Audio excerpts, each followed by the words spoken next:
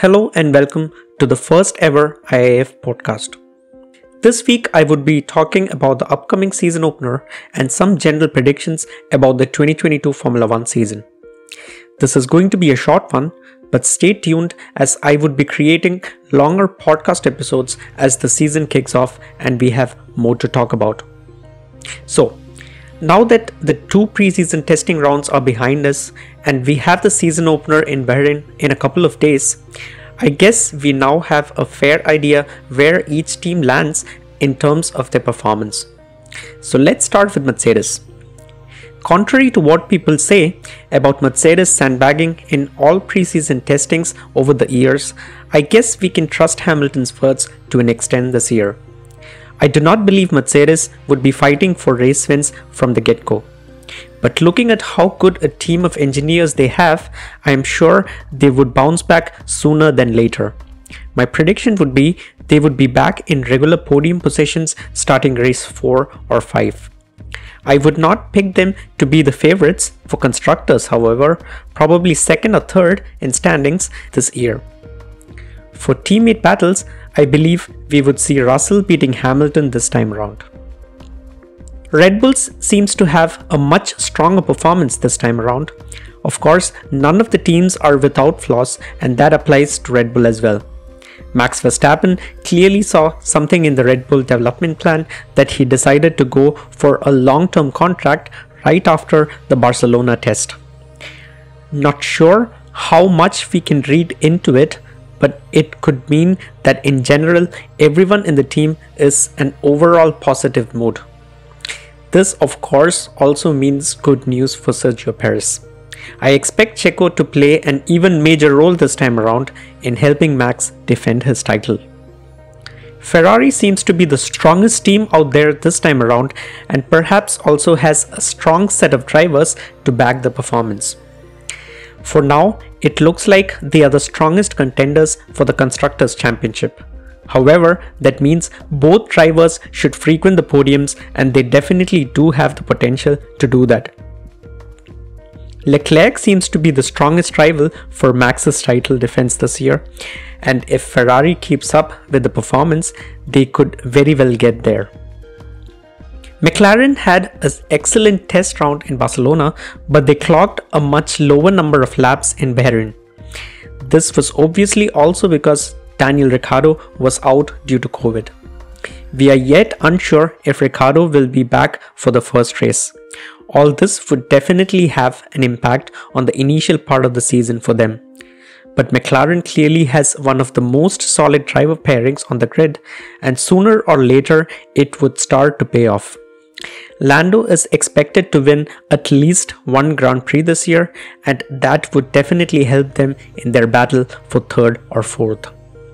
Now that we have the top 4 out of the way, I guess it would be better to start from the bottom. In 10th position this year, I believe it would be Alfa Romeo. They do have a Grand Prix winning former Merc driver, Valtteri Bottas, but it is his first season with them and I guess it is normal to expect a slow start from him. Partnering him as a rookie in the form of Guanyu Zhou, and that means they have in total a fairly weak driver pairing.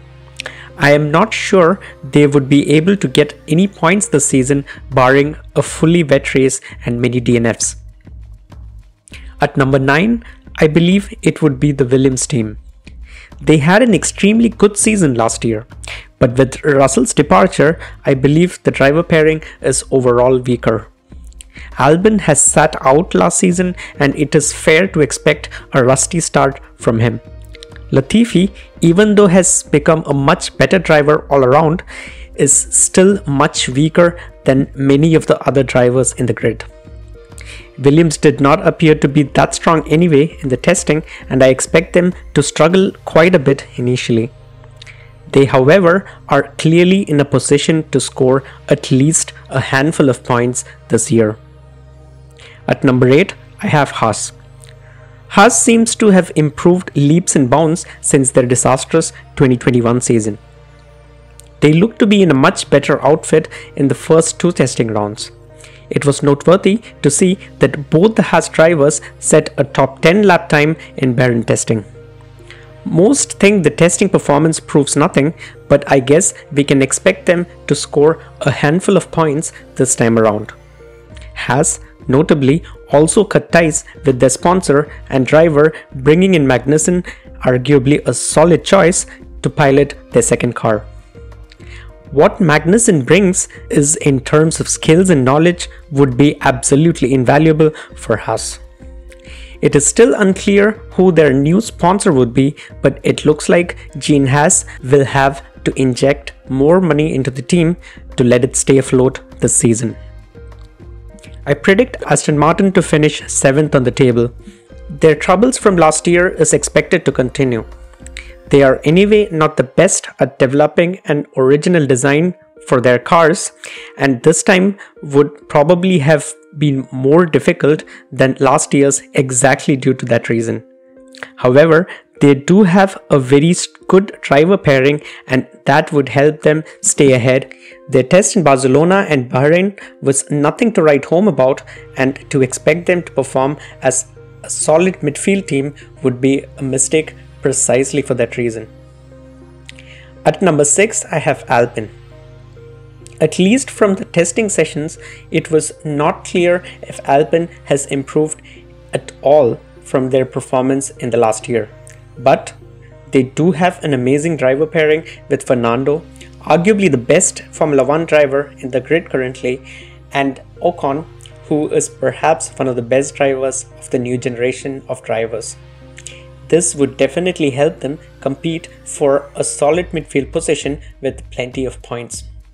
However, I do not think they would be able to defeat the last team in this list, which is AlphaTauri.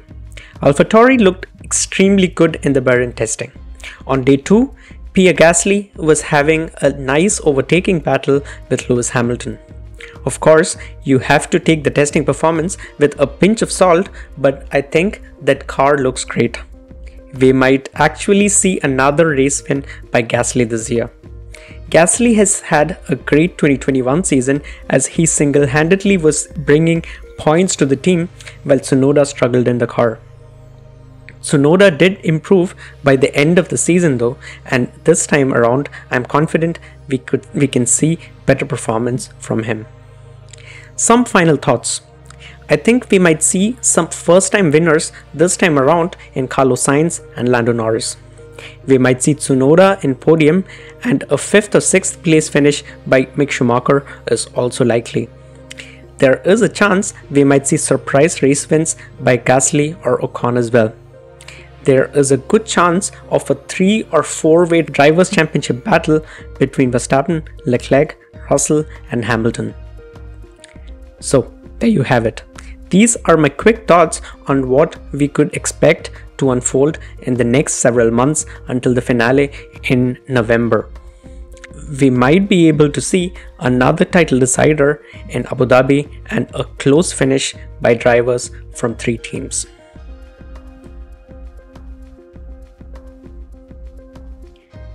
Thank you very much for watching.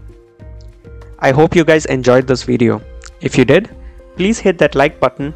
Consider subscribing to the channel if you like to watch similar content, and stay tuned to I Am Formula for everything Formula 1. Until next time, take care and stay safe.